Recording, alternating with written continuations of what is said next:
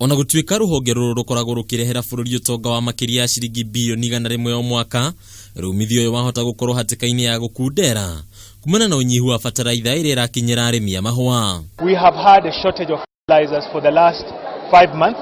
This is soluble fertilizer we use for our fertigation in the farms.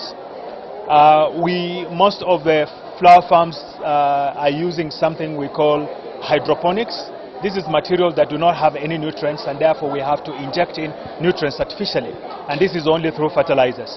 We have had some consignments which have been stuck at the port for more than 4 months, and going into the peak period for the industry is really suffering, and unless something is done, the industry is going to have a lot of problems. Kurigana na mũrũgamĩrĩri mũnene wa rũhonge rwa wendia wa mahũa bũrũri-inĩ Clement Ulezi, thengia waranĩria na thirikari gũtirĩ umithio o wothe wonekanĩte, ũndũ ũyũ ũkĩiga rũhonge rũrũ hatĩka-inĩ. So we have not seen the movement that we think we ought to be seeing from the government, and our message is very clear that if the government appreciates the place of this industry in the economy and in the provision of the jobs that we have for this country, then they need to demonstrate that. Ningĩ anyitĩte rũhonge-inĩ rũrũ nĩ magwetete mathĩna kĩondorita marĩa mamagũmĩire, makiuga wona maga gũtangĩkĩrwo namba nene ya aruti a wĩra yahota gũkorwo ĩkĩũrwo nĩ mĩeke yao ya mawĩra.